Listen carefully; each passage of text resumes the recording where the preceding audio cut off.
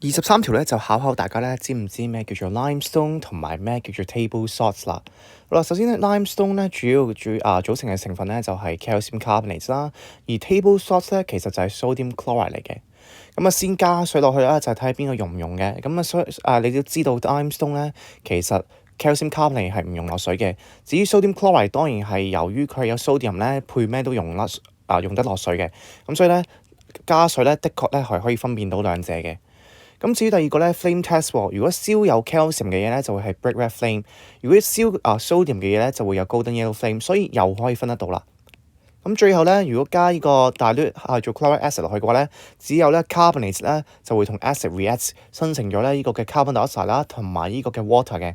咁所以睇得出咧，佢會有啲 bubbles 嘅。咁至於如果加啲 acid 落去呢個嘅 table salt 咧，你就會見到佢溶咗啦，但係冇任何其他嘅反應㗎啦，其實，所以咧就可以分辨得到兩者啦。